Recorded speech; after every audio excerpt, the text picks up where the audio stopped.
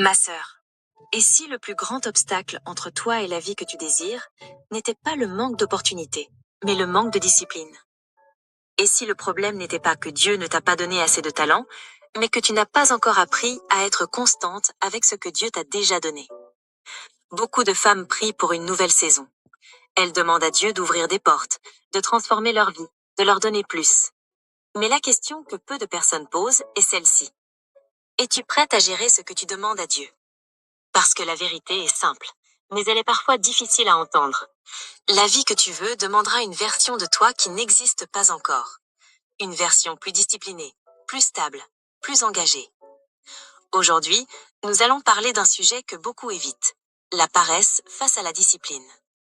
Pas parce que tu es une mauvaise personne, mais parce que parfois, tu sais ce que tu dois faire et pourtant tu ne le fais pas. Tu sais que tu dois prier. Tu sais que tu dois te lever plus tôt. Tu sais que tu dois protéger ton temps. Tu sais que tu dois changer certaines habitudes. Mais la fatigue arrive. La procrastination arrive. Les distractions arrivent. Et soudain, ce que tu voulais faire demain devient quelque chose que tu repousses encore et encore. Ma sœur, la paresse n'est pas toujours évidente. Elle ne ressemble pas toujours à quelqu'un qui ne fait rien. Parfois, la paresse ressemble à quelqu'un qui est occupé, mais pas discipliné. Occupé sur le téléphone, occupé avec des distractions, occupé à penser, à rêver, à planifier, mais jamais à agir. La Bible parle clairement de cela. Dans Proverbe 13:4, il est écrit « L'âme du paresseux désire et il n'a rien, mais l'âme des diligents est comblée. » Remarque quelque chose d'important. Le paresseux désire. Cela signifie qu'il veut aussi, il rêve aussi, il espère aussi. Mais il n'est pas prêt à payer le prix de la discipline. Ma sœur, beaucoup de personnes veulent les résultats de la discipline sans vivre la discipline. Elles veulent la paix, mais refusent de discipliner leurs pensées.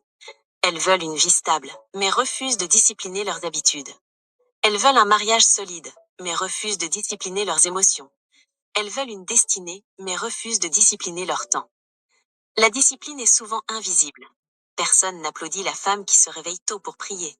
Personne ne voit la femme qui décide de fermer son téléphone pour se concentrer. Personne ne célèbre la femme qui dit non à certaines distractions pour construire sa vie. Mais Dieu voit. Et la discipline construit quelque chose de puissant dans ta vie.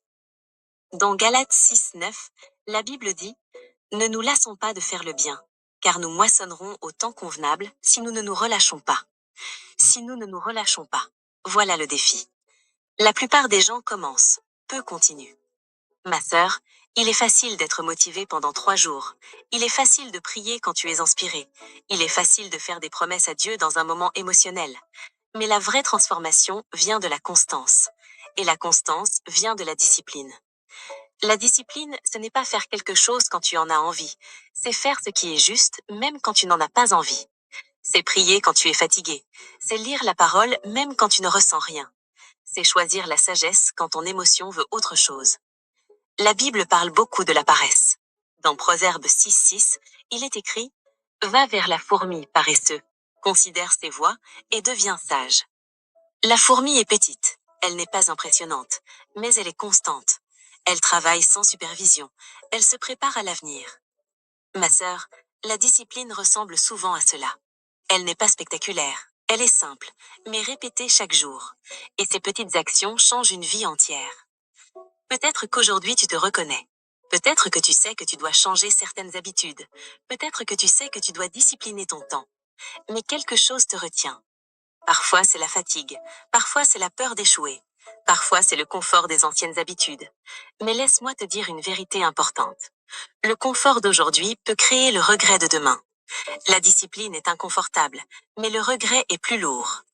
La Bible nous rappelle aussi dans Luc 16:10, « Celui qui est fidèle dans les petites choses l'est aussi dans les grandes. » Dieu regarde les petites choses. Comment tu gères ton temps? Comment tu gères ton cœur? Comment tu gères ta discipline personnelle? Parce que les grandes responsabilités amplifient ce que tu es déjà. Si tu es indiscipliné aujourd'hui, le succès amplifiera ton chaos. Mais si tu es discipliné aujourd'hui, la bénédiction amplifiera ta stabilité. Ma sœur, Dieu ne veut pas seulement te bénir, il veut aussi te préparer. Et la discipline fait partie de cette préparation. Dans 2 Timothée 1:7, la Bible dit « Car ce n'est pas un esprit de timidité que Dieu nous